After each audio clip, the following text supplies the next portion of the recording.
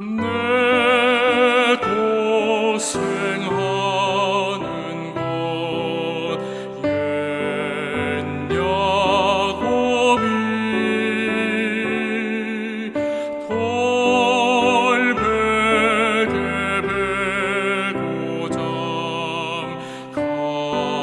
갔습니다.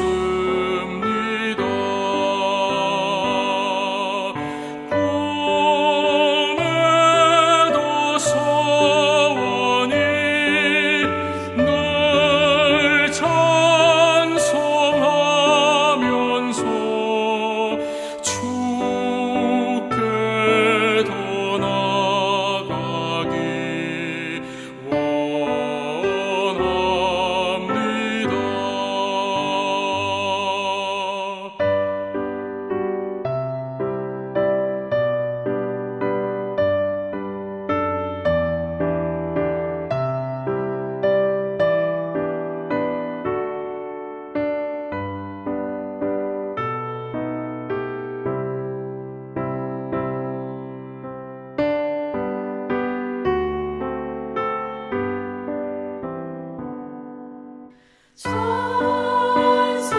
천성에 가는 길 험하여도 생명길 되나니 은혜로다.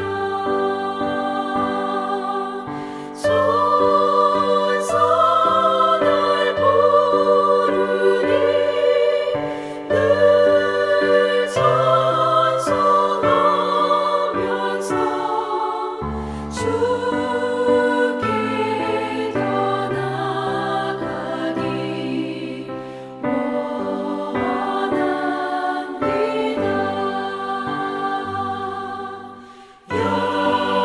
야곱이 잠깨어 일어나도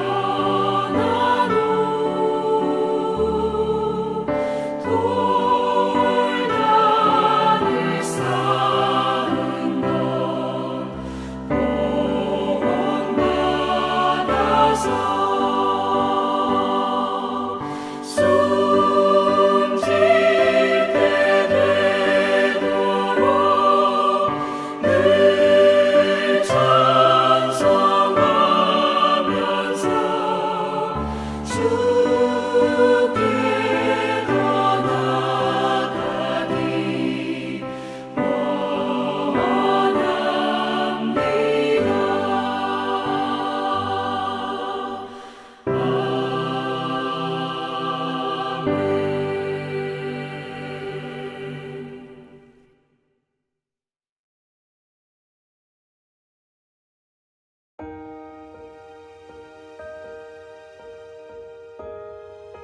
만민들아, 우리 하나님을 송축하며 그의 찬양 소리를 들리게 할지어다. 그는 우리 영혼을 살려두시고 우리의 실족함을 허락하지 아니하시는 주시로다. 하나님이여, 주께서 우리를 시험하시되 우리를 단련하시기를 은을 단련함같이 하셨으며 우리를 끌어 그물에 걸리게 하시며 어려운 짐을 우리 허리에 메어 두셨으며 사람들이 우리 머리를 타고 가게 하셨나이다. 우리가 불과 물을 통과하였더니 주께서 우리를 끌어내사 풍부한 곳에 들이셨나이다. 내가 번제물을 가지고 주의 집에 들어가서 나의 서원을 주께 갚으리니 이는 내 입술이 낸 것이요 내 환난 때에 내 입이 말한 것이니이다. 내가 순양의 향기와 함께 살찐 것으로 주께 번제를 드리며 수소와 염소를 드리리이다. 셀라. 하나님을 두려워하는 너희들아, 다 와서 들으라. 하나님이 나의 영혼을 위하여 행하신 일을 내가 선포하리로다. 내가 나의 입으로 그에게 부르짖으며 나의 혀로 높이 찬송하였도다. 내가 나의 마음에 죄악을 품었더라면 주께서 듣지 아니하시리라. 그러나 하나님이 실로 들으셨으며 내 기도 소리에 귀를 기울이셨도다. 하나님을 찬송하리로다. 그가 내 기도를 물리치지 아니하시고 그의 인자하심을 내게서 거두지도 아니하셨도다. 할렐루야! 오늘도 예배드리는 심령마다 하나님의 사랑과 은혜가 충만하시기를 축복합니다. 여러분, 어떤 사람이 물에 빠져 죽어가고 있었습니다. 그 모습을 한 행인이 보고 목숨을 걸고 뛰어들어 갔습니다. 급한 마음에 그 사람의 머리카락을 붙잡고 끄집어내어 살려주었습니다. 그랬더니 하는 말이 머리카락이 너무 아파서 혼났다라고 불평을 털어놓았습니다.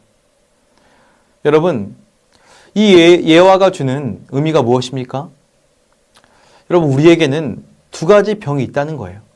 하나는 감사 불감증과 두 번째는 은혜 건망증이라는 병이 있다고 합니다.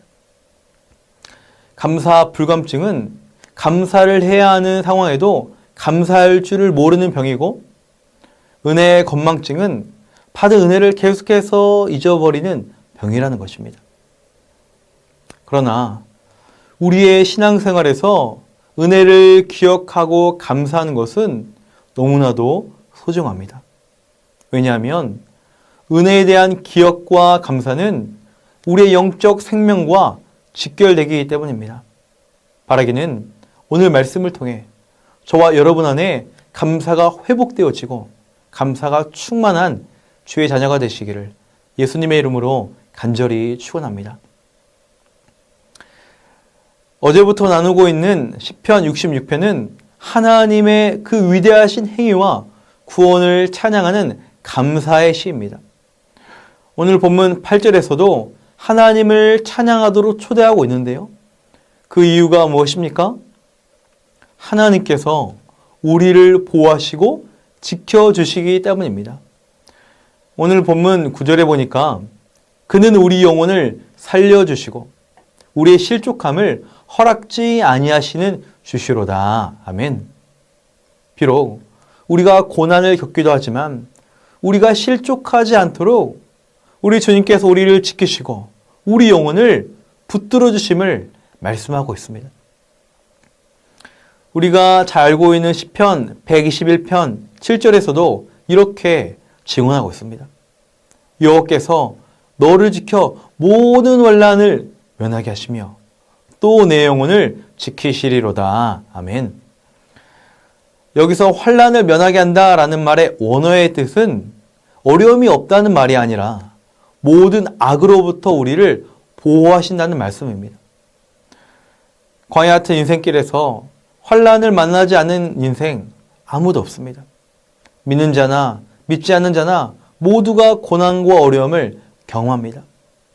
그러나 우리 하나님의 자녀에게 소망이 있고 감사를 고백할 수 있는 것은 하나님께서 그분의 자녀의 인생을 붙드셔서 악에 빠지지 않게 하시고 그들의 영혼을 지켜주시는 것입니다. 오늘 본문 9절에도 우리 영혼을 살게 하신다라고 기록되어 있습니다. 사랑하는 성도 여러분, 하나님께서는 하나님의 자녀의 인생과 그 영혼을 지켜주고 계심을 믿으시기 바랍니다. 여러분, 여기서 중요한 한 가지가 있습니다. 이런 하나님의 놀라운 보호하심은 우리 모두가 누릴 수 있지만 저절로 되는 것이 아니라 하나님을 의지하는 자에게 임하는 것입니다. 시편 121편의 시작은 이와 같습니다. 내가 산을 향하여 눈을 들리라. 나의 도움이 어디서 올까? 나의 도움이 천지를 지으신 여호와에게서로다. 아멘. 여러분, 하나님의 도우심은 어떤 사람에게 임하는 것입니까? 믿음의 눈을 들어 천지의 창조주 하나님을 바라보는 사람에게 임하는 줄을 믿으시기 바랍니다. 눈앞에 보이는 거대한 산과 이런 문제를 바라보는 것이 아니라 그 문제를 넘어 그 문제보다 크신, 그 산보다 크신 창조주 하나님을 바라보는 사람에게 하나님의 보호가 임하는 것입니다.